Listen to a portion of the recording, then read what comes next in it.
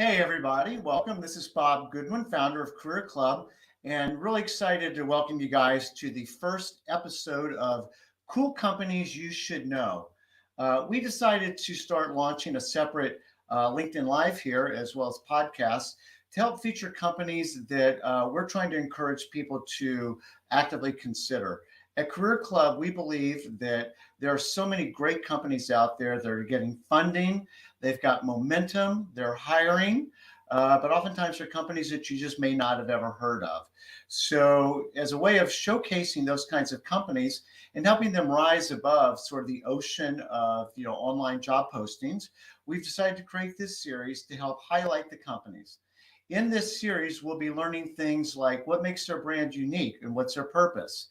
A little bit about the company's leadership style, as well as the culture that they're building at the company. And then lastly, learning more about the kind of talent that they're looking to hire. That could be functionally like sales or marketing, but could also be things like we need people that are good with ambiguity. We need people that are very agile learners, things like that. So we're really excited to begin the first episode with the co-founders of Chomps, Pete Maldonado and Rashid Ali. And this conversation was taped just last week. And we really hope that you enjoy it and would love any comments that you've got. I'll be monitoring the comments here during the live, but realizing that this was a pre-recorded conversation. So with that, let's get started. And I hope you guys enjoy the conversation. My name's Bob Goodwin, and welcome to our first episode of Cool Companies You Should Know About. Here at Career Club, we are often encouraging people to explore fast, young, well-funded companies, and today's guests at Chomps are no exception to that. So without further ado, I would love to welcome Rashid Ali and Pete Maldonado to the show. Welcome, guys. Thanks for having us. Awesome. Cool. So maybe just real quick, if you guys don't mind, just maybe kind of 30 seconds quickly on where you are and a little bit about your background, and then we'll get into a bit of the story about the brand.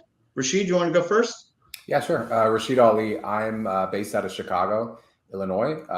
It's where Pete and I originally founded the company, and it's where kind of critical mass of the team is located. Okay, cool. And Pete? I'm Pete Maldonado. I'm down here in Naples, Florida. Moved here end of 2013 after starting the business with Rashid in 2012.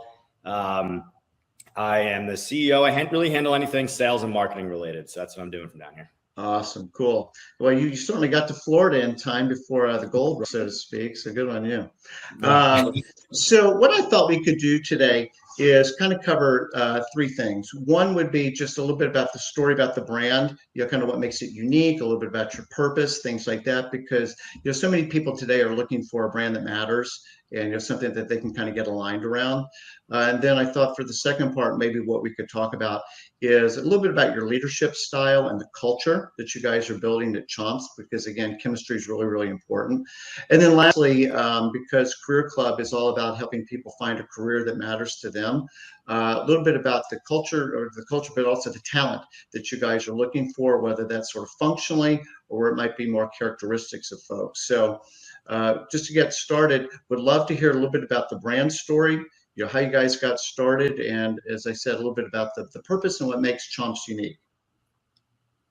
Perfect. Rashid, you want to kick it off this time? I usually do these, so it's Yeah.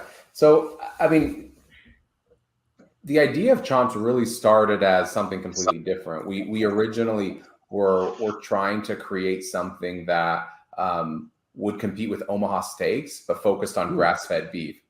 And, with any successful startup and successful entrepreneur, I think it's really your ability to pivot when you need to. And that's what we did is, Pete had a great idea. And, the way we met, it was interesting. We were just mutual friends. We were out at it was like a poker night or somebody's birthday. And he was chatting about starting this company that was like a Omaha Steaks. And I was like, that sounds interesting. I don't have a background in food or retail or CPG. I was an operationals consultant, and I kind of talked to Pete about the stuff that I was good at, and he talked the stuff that he was good at. And we're like, oh wow, that's like completely different, where we kind of round each other out. And the next day he pinged me and we put together a partnership agreement, and we were off to the races.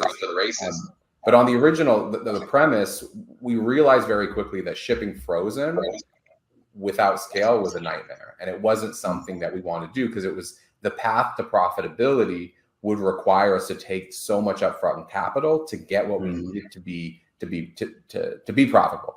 So we, at the time, were making a multi-pack of sticks that required refrigeration. And when Pete's a former personal trainer, and when he was younger, he ate loads of Slim Jims. And the idea was like, why don't we clean it up? And for me to say that now, there's so many different snack stick options on the market, so it wasn't really this great idea. But at the time, there wasn't, right? Slim Jims and Jacqueline's are still the key the majority of the category. But at that point, it was a new, fresh idea. So what we did was we took a crash course on the USDA. We realized that every meat product has an establishment number. We researched each number, and we figured out who the right co-mans in the space were that were making a product that we thought we could bring to market. So we partnered with our current co-man partner today is actually the one that we originally found back in 2012. And yeah, I'll let you talk a little bit more about how we kind of really grew the business and the influence. For sure. Yeah. So we started this business, we bootstrapped from the beginning. And so what I mean by that is we both put in $3,250 a piece. We formed our partnership, and we started with literally and we went, and we used a lot of free tools initially to kind of establish, market size. Is there demand? What do the trends look like? And so we used like Google Trends. It's a free tool. You go in there and kind of see what the search volume is. And so we were focusing then, we wanted to start really, really niche. And so we were thinking about, CrossFit. It was paleo dieters, very small, niche, high growth communities. Are we getting feedback from me too right now? I'm not sure, but let's keep going. We're good. Right. And so we started very niche. That was really how we wanted to start. And I think that's key for a lot of brands, especially if you want to start and you want to bootstrap a business. If you want to start in a much bigger community, you want to hit the ground running, that's when you start needing a lot of additional funds for marketing and all of that. But I think, we did it in a different way. We were willing to put in the time and effort and just grind it out. And that's what we did. And so we, kind of taught myself how to build a website, initially on WordPress, realized that wasn't the best. And then Shopify kind of started getting really big. And so we switched over to Shopify, and we're still on the platform. It's great. And it's very user-friendly. And then I learned, I got a $99 Photoshop subscription that I can use to make actual packaging. And it was terrible. It had like literally cowhide in the background, and that's what we launched with. I'll try to send you some pictures after this so you can. OG Chomps. Oh man, it was brutal. But the thing about it is, despite the terrible branding, the terrible packaging, all the things that we had going against us, we proved out very quickly that there was demand for this type of product. And it wasn't just going to be our moms buying the product anymore, which it was in the first few weeks there. But we turned a profit very quickly within just about, the first, couple months. And we've continued investing those profits, and we're here today, and we're still a profitable business, and that hasn't changed. I think, but we've been doing it for a long time. We've been doing it for the one thing we learned early on was the product has to taste good, right? It has to be made with the right ingredients, and and it has to be a high and consistent quality. So that's what we focused on before. Like Pete said, the brand was crap. Like, I think the name Chomps is a winner, but when you think about, like, was it jumping off the shelf? Was it creating a memorable experience? Like, it wasn't. All it was an awesome tasting product that had all the right attributes. And we were focusing a lot on just driving consistent quality. And that's the reason I believe when you look at our success today and the velocities and the repeat customers, it's because now we have a brand that's really resonating, but the product is still fantastic. So I did a little bit of homework before our call today, and it seemed like there were sort of like three pillars that the brand was sort of established around. with respect to like nutrition, environment, animal welfare. Do you guys mind talking about that for a minute? I think for listeners, that's the kind of thing that's like really important to people. And maybe, I'll let Peter, Rashid, whichever one y'all want, but how that also kind of ties into like the vegan trend. For sure. Yeah, I could touch on that. So you mentioned the 3 pillars, and nice work, by the way, because that's what we're all about. It's the nutrition, the environment, and animal welfare. And that, I feel like what's happening is that checks the boxes for most customers today. And so the most discerning buyer, these people are very educated. They know what they care about, where their product comes from, and the way that the protein, especially how that's sourced. We start hearing about how bad red meat is for the environment and how bad these animals are being treated. We've been doing this from the very beginning. Admittedly, we did a very bad job of articulating that, though, to our customers. I feel like over the years, we've gotten really good about establishing those 3 pillars and like why we do what we do. And we always kind of we knew what we wanted to accomplish, but it's easier to kind of distill it down and kind of say, this is what we're focused on. And that's really resonated with the customers. Now, to your point about the vegan trend, right, and the plant-based trend, what's happening is a lot of people are actually switching from eating meat to plant-based because they're worried about those exact things. But what happens is if you actually do the research and you realize, the way that we're sourcing, we're checking the boxes. We're making sure we have certified humane beef. We have, we're using all regenerative beef as well. So we're making sure that there's, rotational grazing, all of those types of things that are going to be really, really important when you're raising, especially beef. I mean, in particular, we stay away from all the feedlots and the over-industrialized beef industry, which we have here in the U.S. And we went clear across the world to find the best possible beef that we could. And so we source still from Tasmania, and Southern Australia. And it's where it all comes from. We established direct relationships with the actual farmers. And we talked to our supplier even just yesterday. And so we just constant contact all the time and making sure that we have a really great relationship, especially in times like right now with all these supply chain issues. You want to make sure that you're being prioritized and that you have the supply that you need to continue building the business. So has COVID interrupted any of that? Because I know like New Zealand and kind of that part of the world got pretty locked down on some stuff. How'd you guys sort of navigate that? I think it really comes down to the relationships you build over time. I think there's some folks in the space that they're doing spot buys. They're going through distributors. They're just trying to get the best price. I think while we're always going to push our partners to make sure that we're getting a competitive price, we also are making sure that our volumes are growing gradually over time, that we're not nickel and diming them, that we're investing in the relationship just as they are. And I think as we got into the thick of COVID, it was twofold. At the beginning, we saw a pullback on foot traffic into stores, so our sales dropped. And so that's when we had to go back to our suppliers being like, hey, you have to understand the situation. It's not forever. We need a little bit of flexibility to get through it. And they completely got it. But also we didn't want them to shift the volume away forever and not allow us to get back. So we also kind of worked with them, a lot of communication on when we're going to ramp back. And then when you think about what happened last year and into this year, where volumes and demand is soaring, it's allowing to also understand that it's important to continue to grow with them and invest. And if they need to take price a little bit, being reasonable and work with them to make sure. Because at the end of the day, when you think about like the animals they're trying to invest in, they need to be able to buy the animals at the right price. So if you're trying to like pull back and dig your heels in the ground, you're going to impact their ability to actually get the resources to be able to meet our demand. So again, I think it's all about forming real partnerships, communication, and doing what's reasonable and fair, right? At the end of the day, if you are just kind of nickel and diming them, you're not going to create sustainable relationships. Well, let's use that as a way then to kind of pivot into sort of like the leadership and culture part of the conversation, because I think that actually says a lot, right? We're talking about, how you deal with your vendors and that, you're not nickel and diming them. And you guys have been with your vendors for a number of years now, right? I mean, you guys are not a startup, making product investment, like trying to get it shipped out this afternoon. So you guys have been doing this for a while. Speaking more broadly about kind of leadership, and then maybe using that as a springboard into culture that you're building at Chomps. Yeah. I think Pete and I both have unique backgrounds in the sense that we don't come from food, retail, or CPG. So when we in January 2018 is when I kind of came full time and we were ready to open an office and start hiring folks. So Pete and I sat down and we tried to think about like what characteristics and qualities do we have that allowed us to get to where we are today.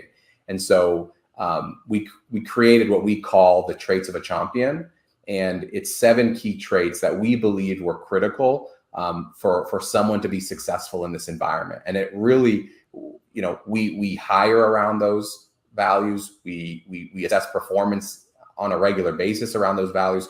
We challenge the team to think about things. And so some of the key ones are scrappy, meaning, it doesn't matter how big we are, how profitable we are, at what stage of maturity we are, we always are going to make sure that we're thinking about things from a scrappy perspective. Like we want to get things done fast. We want to get done the right way. We also want to get it done efficiently and cost effectively.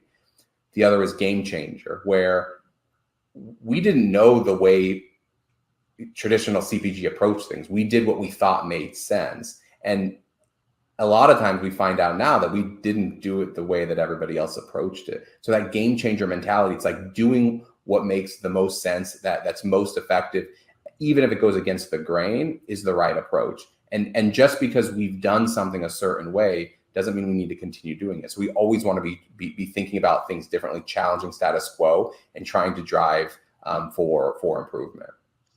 Peter, there are a couple other qualities that Rashid didn't touch on that kind of resonate with you. Yeah, learner is a big one. And so that's one of the things that we're constantly challenging the team to do. So we have a very small team. We've got just about 30 people right now. And it's out. And if you think about where we're at in terms of numbers, we're way understaffed, right? We just do a lot with a little, and we always have.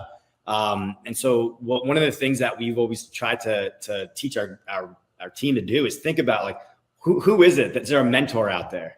Is there a course out there? And so we're about it. We want to invest in these people. We want to create, we call it the unicorn project, because it's like, we really want to create unicorns, and we don't care if somebody is in the whatever, on the operations side, and they want to learn more about marketing. That's great. I mean, let's broaden horizons. Let's kind of get them the exposure that they really want. And one of the things that we're talking about this year too is even from a career path. Like, what are your goals? Like if we have people on the team that eventually want to be in our position, they want to be an entrepreneur, they want to own a business. That's great. We don't care if they look at Chomps as a stepping stone where they can learn every little thing they do, because what's going to happen is they're going to get so good at whatever they do, the business is going to reap the benefits. And I think there's a saying out there. I can't remember who it is, but it's like, train your team as, to be as good as you possibly can so they can leave, but treat them so well so they never do. And that's exactly the mentality. And we're serious about it. We want to set time and funds towards helping people further their own career paths. And again, if that means that they're going to eventually leave Chomps, that's okay. That's not ideal, but that's okay, because we understand that's going to happen. Yeah. And I think if we all look back on it and we see some of our team eventually in our position with successful businesses as well, how could you get upset about that? That's amazing. Yeah, I'm going to make a book recommendation for you guys if you don't already know it, called Workquake. Steve Cadigan is the author, and he was the original CHRO for LinkedIn. And it's exactly what you're talking about, Pete. And he even uses the analogy of like NCAA basketball, where before Coach Krzyzewski would be recruiting somebody to be there for 4 years, be part of the whole Duke family, whatever. And all of a sudden that changed, right? Because you only had to be 19 to go into the NBA. And so all of a sudden it became like, no, use us for that year. You will get an experience here. We'll be preparing you to be the #1 draft pick better than anybody else. That's cool. I mean, it's a really radical change. He also uses an example of in an interview, this is bizarre, but in an interview, where do you want to be working in 5 years? Like, kind of assuming it's not here. After you leave Chomps, what do you want to be doing? It's like, that's a weird question, but it's exactly to your point. Like, we want to groom all-stars, right? Kind of, increase, the DNA that's getting out into the ecosystem of that kind of mindset. I would also have to mention, because you guys said didn't have any money, because you guys didn't run to the VC, angle and go raise a bunch of money. You guys admittedly didn't have a bunch of CPG food retail experience. I got to believe no whining or some version of that is one of your core values, because you guys would have every excuse of why it can't be done. And you did, and you are. Yeah. That is, again, I think that's the ability to take and to receive feedback and do something about it is key, and, we feel like we were pretty good at hiring. We've had some issues in the past where we've learned, we have to start figuring out, can people receive feedback? We need to be able to do that prior to hiring them, because that we've made some bad hires, and it's what happens, I think, with any business. You need to be able to spot that, because if you have people on the team that are reluctant or pushing back or just not able to receive feedback and take it constructively, it's you're not going to get very far with them.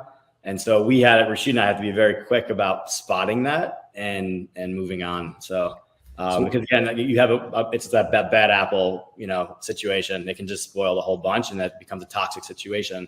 You need to be able to clean it up fast. And I think, in any fast growing company, I'm sorry, Rashid.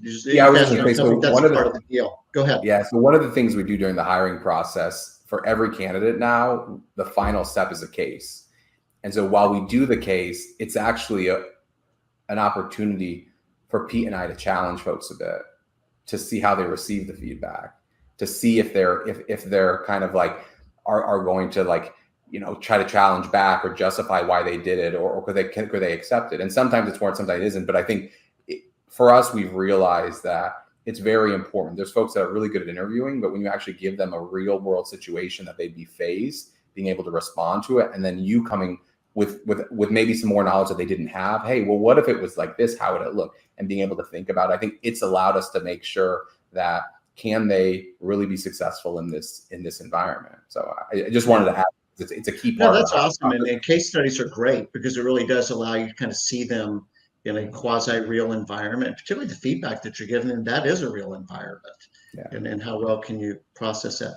So just kind of, bringing this home, and I think we started to touch on some of these things, but as you guys, we haven't even mentioned this yet, but, congratulations on the PE investment by Stride. That's huge. And obviously, not only you guys feeling good about the future, but they're feeling really good about the future. And that's gigantic. I'm going to assume that, at some point, kind of building out the staff will be part of that.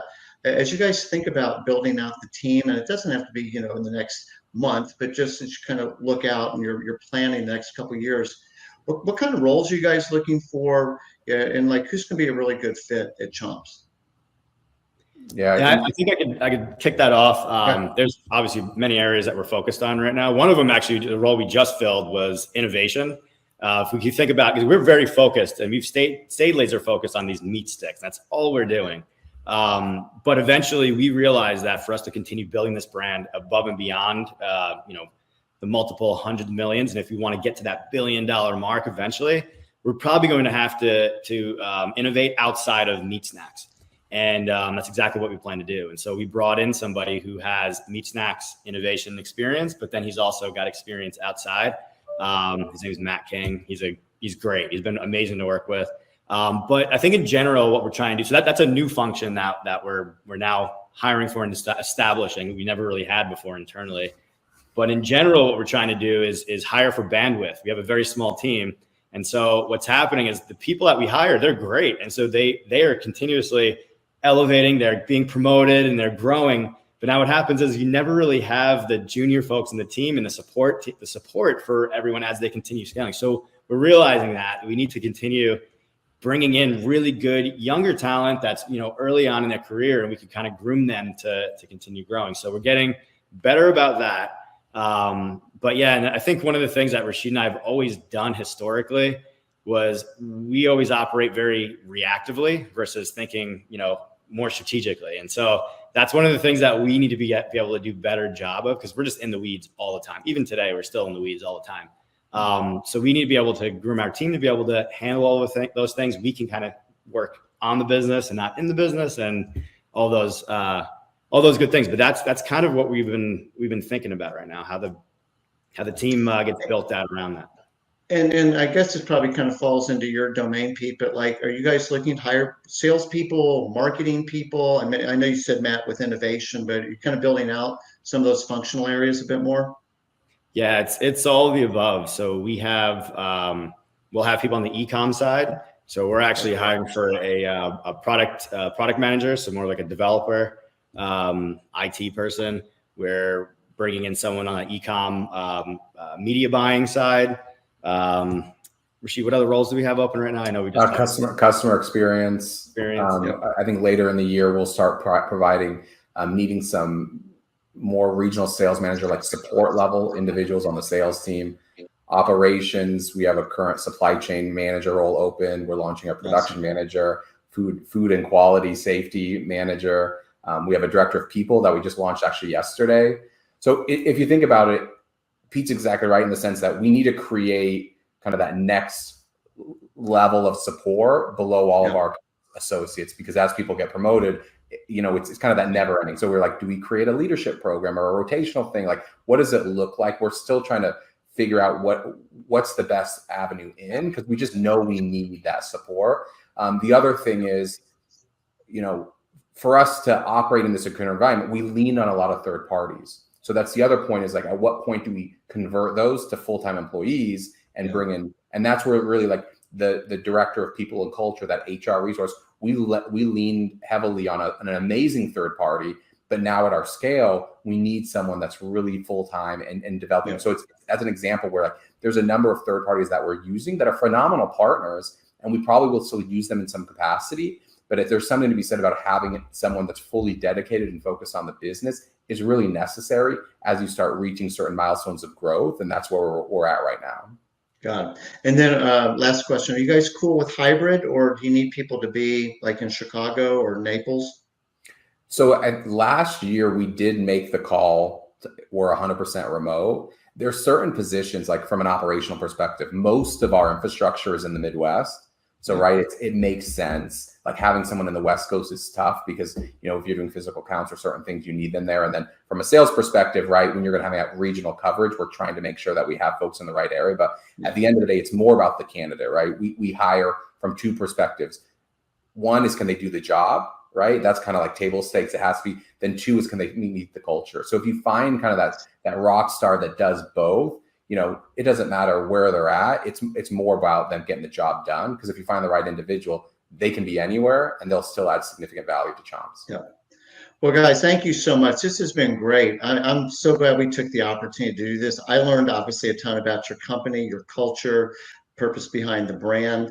I think so many things that you guys are saying is so on point, not just from a consumer perspective, but also from a talent perspective, right? As you guys are looking to grow, these are the messages that I think the talent that you guys want are looking to hear. And, this is a very organic conversation, and for these things to just naturally come out, I think speak volumes. So I'm really looking forward to, this podcast getting out and, socializing this, with my followers, on LinkedIn. It's about 7,000 right now. I'm pretty consistent with, I think, this sort of CPG food retail. I've got a ton of that, as people that are following us. So, but in the meantime, if there's ever anything that I personally can do to be of help to you guys, like I would love to. Love the purpose. You guys, are very transparent. I appreciate the humility of like, hey, we're figuring some of this crap out on the fly, and what got us here and what's going to get us there may not be the same thing. And, not having sort of that we're wizards and, we've already got it all mapped out in our heads. Again, I think it's very refreshing, from the kind of messaging that, the talent that you guys will ultimately be, integrating into the culture and helping build your culture, are wanting to hear. So this has been awesome. I super appreciate it. Wish you guys the best and look forward to speaking with you again soon. Thanks, Bob. Cool. Appreciate it. Thanks, guys.